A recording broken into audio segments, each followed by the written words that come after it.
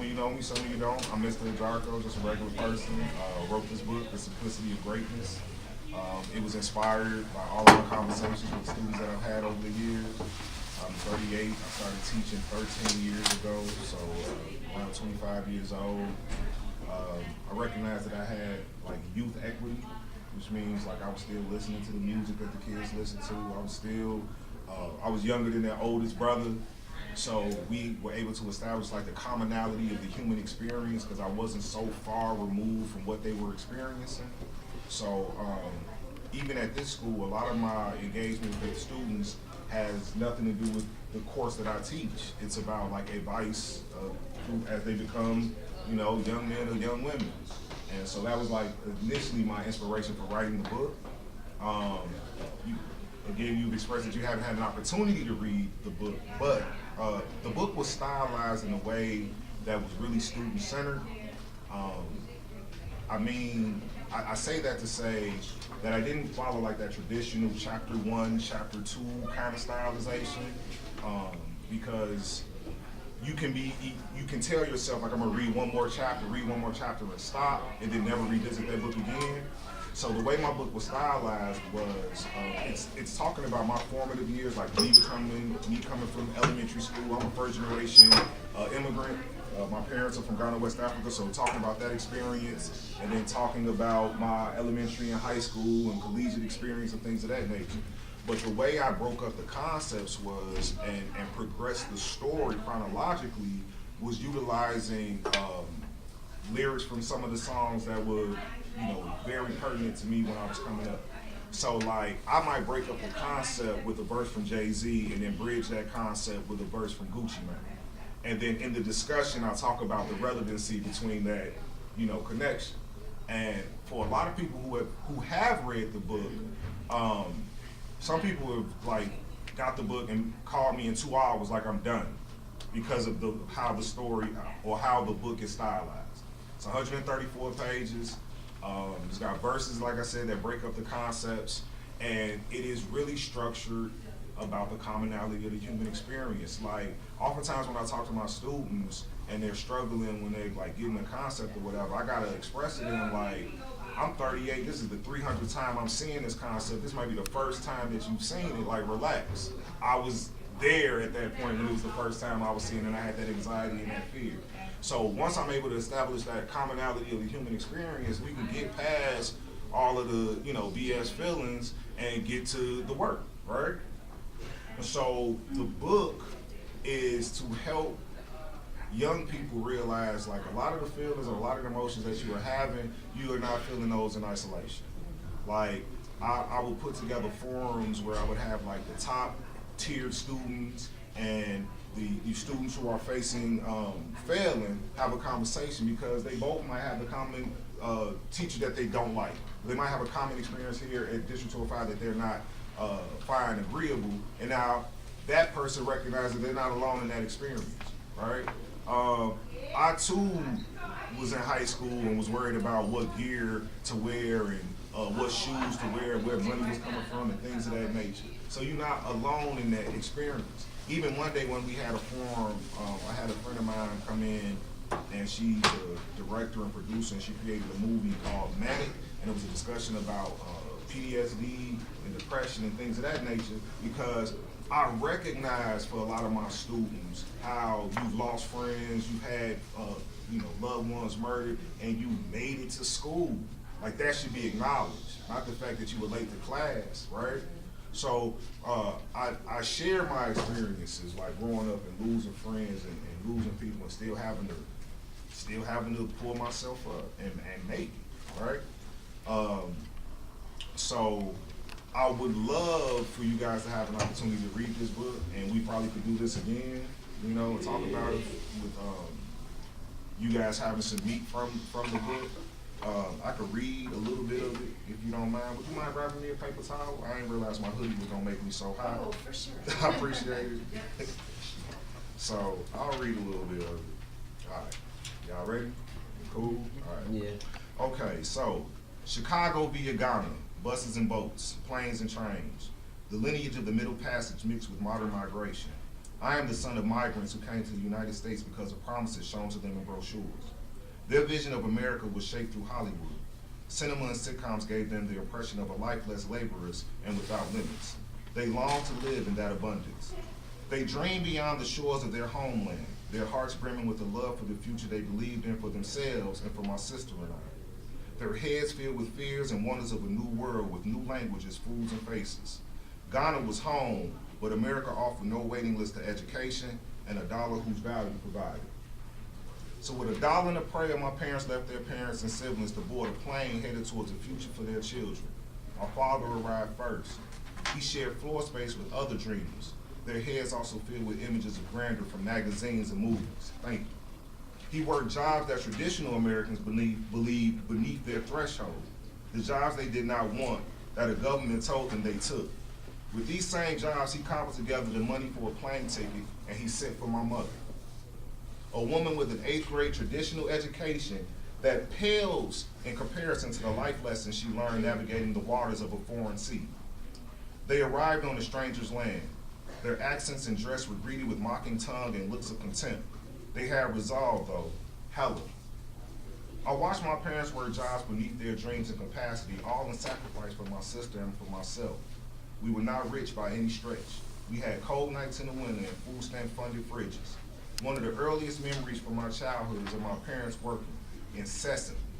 My mother a cashier, beauty consultant at Walgreens, my father a shoe salesman at Flourshine by day, and an overnight cashier at 7-Eleven by night. He did so without complaint. I remember my father getting laid off and going back to school to be a renal dialysis technician. He ran on 4 hours sleep, and on weekends he cut the grass, cleaned the gutters, and washed the cars. He took care of the outside, and my mother took care of the inside, and Mom was no slouch. She worked that job for 33 years and retired without fanfare or appreciation for time served. She ran the household expertly. She made sure we were clothed, fed, and that we knew we were loved. She would go without the pleasantries and the fancy things. More sacrifice, all for our collective. I remember my father going to work after foot surgery. We woke to a trail of bloody footprints leading to the door. He did not have the sick days left to take off, but rent was due. He worked 2 jobs while the sutures bled, modeling the importance of hard work. Men from his generation spent off days painting houses and landscaping lawns, proud of the homes and families they built. I watched how they lived and modeled character with zero reward, just the satisfaction of family. The successes of their children was evidence enough of their planning and labor. I watched people make fun of my mother's accent and confuse her basic understanding of the English language as her level of intellect, as she explained to me in another language, French, and 3 other dialects, Tree, Guy, and Fonzie, the importance of integrity. My sister, 6 years older than I, was at U of I in Champaign. She moved out when I was 12. We didn't talk much, only when necessary, but ours was a relationship of needs, not wants. 90% of my family was overseas, and I had never had a soul food Sunday dinner. My grandparents died before I could meet them. I had never had a Big Mama or a Medea. I had no recipes to look forward to on Sundays. I lost most of my uncles and aunts. I had the big 3 though, Mom, Dad, and my sister. That was it. Like most, I did not appreciate them like I should have growing up. Flowers while they are alive and whatnot. That is your first network, you know. The ones there despite circumstance. Not until I got older did I realize that they were the only unconditional stakeholders in my life. They were committed to my ascension even before I was. Even if they did not show it in the way I wanted them, though we wanted the Huxtables, the Evans lessons was blessings. We grew up poor and without much, but we certainly always had enough. We had lights, we had water, and we had love. We were on our own for Jordan brand gym shoes, but we never went without what was necessary to be successful. We were given the tools to prosper and the freedom to apply them in a city with a history of iron will and blue collars. All right, so then it transitions into the next thing with a verse like memories on corners with the foes and the moles, walk to the stove for the rolls, talking straight forward to hoes, got uncles that smoke and some who blow up their nose, to cope with the lows, the winds and colds and it blows. And that was Common from the Corner. That came out when I was like 19, 20. That was one of like the biggest songs on the radio. It was called The Corner. It had an album called Beat, Basement Elevation. And Common's career was almost at a decline, and Kanye West produced this whole entire album. And it was almost like the the bridge of the old regard, because Common was one of the first hip hop artists coming out of Chicago, and then Kanye West was the biggest thing, and so to see that bridge, and this happened when I was 20.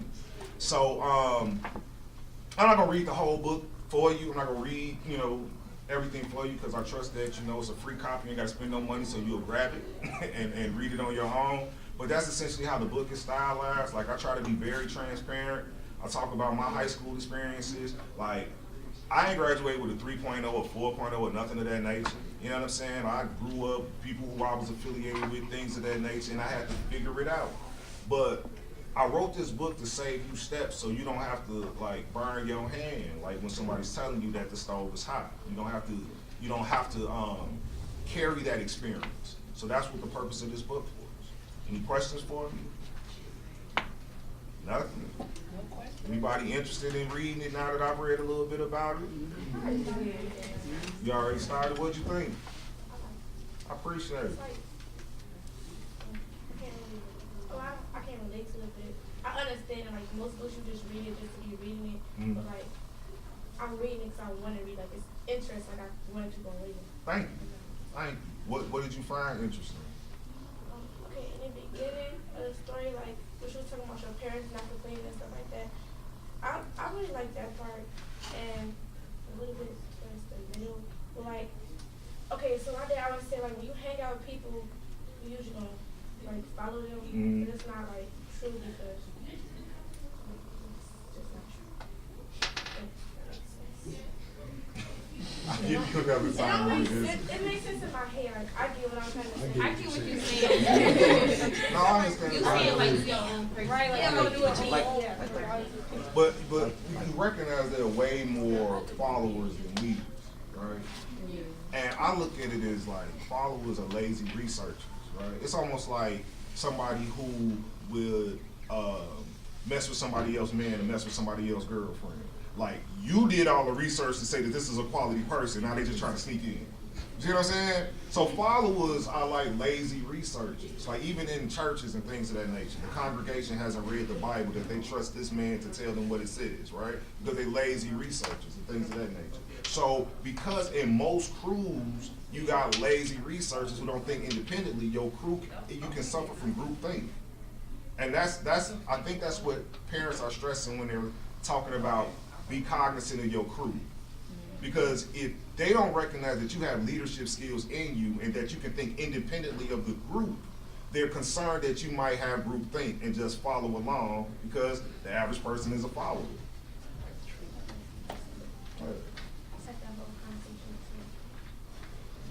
So I give you this book so you can be equipped, so when your parents come to you, you can be like Agyarko said, though. Any questions? How many of you like finding wisdom in places other than your own house? You know, I mean, and that's the purpose of education, right? And then you choose the wisdom you want to stick to you. And then, again, like, I'm big about cultural responsiveness, and that has nothing necessarily to do with, like, race. Like, that's a lazy way to think. Like, people culture, they like race. No. Like, I prefaced this whole conversation by saying, like, I remember I started teaching 13 years ago. I was a young man. I was still listening to the same music. So it's like, even now, it's certain things that students do that I guess because I'm an adult, I'm supposed to be upset or whatever, but I still find it funny, so we can find a common ground and come up with an agreeable solution as opposed to using like the student handbook as a blanket response to everything, right? But that's because I still have that youthful equity, right? Like, you cool to your little brother, and then one day you're not gonna be cool to him because you have run out of youthful equity, right? You get what I'm saying? Like, he thinks you the greatest, like he thinks you the greatest, or your little cousin or whatever thinks you the greatest thing. They want to dress like you and all of that stuff, and then fashion will change and music will change. You may still hold on to the music that you are that you find valuable, but that's not popular now. So you're no longer cool. So while I have this youthful equity, I use it so I can connect with kids and like build them up, while I still get the joke, while I still listen to the music. So now future pace yourself in 15 years. Mm-hmm. What's your connection? Well, my connection would be the seeds that I planted in other people to carry on that I passed the baton to. Like I was having a conversation with somebody the other day as far as like, say like the length of your career is like 20 years. And people think that you are supposed to like go 100 miles an hour for the whole 20 years, and it's not the case. Like essentially, like for the first 7 years, when you're new to it and you haven't succumbed to the politics and the craziness of coworkers or the craziness of policy and things of that nature, you're going 100 miles an hour. But once you figure it out, now you figure out how to work efficiently and smarter. And then in the latter part of your career, you're about job preservation and preparation for retirement. So in that last part of that career, or that last part of your educated career, or even professional career, I should be preparing to pass the baton to someone who I groomed to go 100 miles an hour. Makes sense. That's just really it, right? So even if I'm big boss hog and I'm a CEO and this whole thing is mine, I shouldn't be threatened by any of these young people. I should be grooming them to take over for when I'm ready to leave.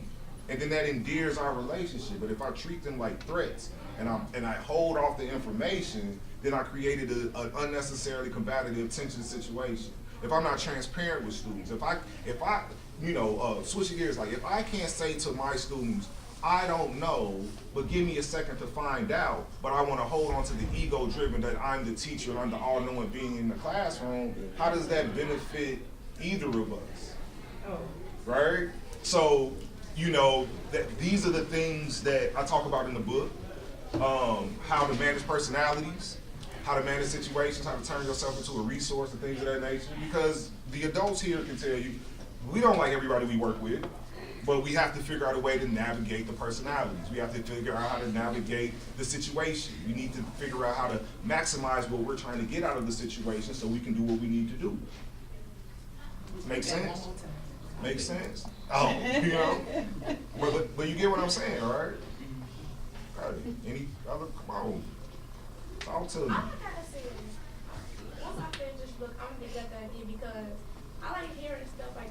I listen to my parents, but I don't always want to like listen to my parents. I like learning stuff from other people because I just feel like your parents just don't say whatever. Even though they be right, they just don't say it. No, but we grew up with that, right? Like I don't have any children. My students are my kids. But if I told my daughter she was pretty, she's gonna be like, Dad, you're supposed to say that. She values that coming from a stranger, right? Like you think your parents are trying to stifle your fun, but they're just trying to save you from burning your hand unnecessarily. So that's why I established the comment, like, you think all of your teachers were like geniuses. No, some of your teachers were dumb. Yes. but they have the humility to recognize their shortcomings and get better. So maybe at 17, 18, they probably would no lie, I run into my former school teachers and they're like, you teach? And I'm like, yeah. They're like, you never came to my class. We had off-campus lunches when you're young.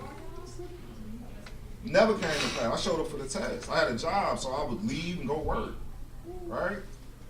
But the thing is, I recognized when I went to Illinois State, I was in a lecture hall, and the professor was talking about this book, Dalchowski's Crime and Punishment.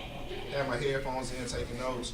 And he was like, how many of you guys have read that book? And I raised my hand. And when I looked up in a lecture hall full of 200 people, I was the only person that read this book. I didn't even realize Whitney Young had me prepared. And so I started to value education differently because I would be in certain situations and people were so confident that I hadn't been exposed to stuff that they would try to talk about stuff around me like I wasn't there. So you see what I'm saying? So education became personal to me. Like, you think I'm dumb or you think I'm not capable. So I'm gonna show you, right?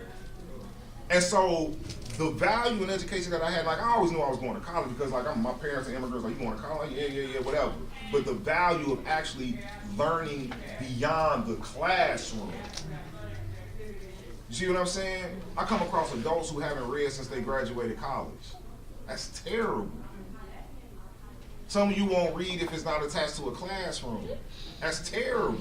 That's terrible. Because real time, again, like I never told nobody to be a Thunderbird or Whitney Young Dolphin or anything of that nigga. Some of your homeboys crack cards. And I tell them that they big bros is trash because with these resources, you got nothing to show for but a knockoff belt. You won't take the time to go read about finance and what to do with this money. You won't sit down and go talk to a big bro that knows something so you know what to do with this money. You willing to commit this felony let's talk about somebody we all know. Tekashi 6ix9ine, right? Big bros was trash, right? Look at Lil Durk. Similar stuff they do, right? But Durk don't draw the attention to himself, right? You see how I'm using my youthful equity to talk about stuff and the commonality of the human experience, and you get what I'm saying, right? Had his big bros not been trash, Tekashi 6ix9ine could have been Lil Durk. Have you guys listened to the album? It's not terrible. Tekashi 6ix9ine album not terrible. He didn't have to do all of this that's about to get him locked up for life. But if he had the right circle, if he had the right big bro, he would have known what to do. Huh?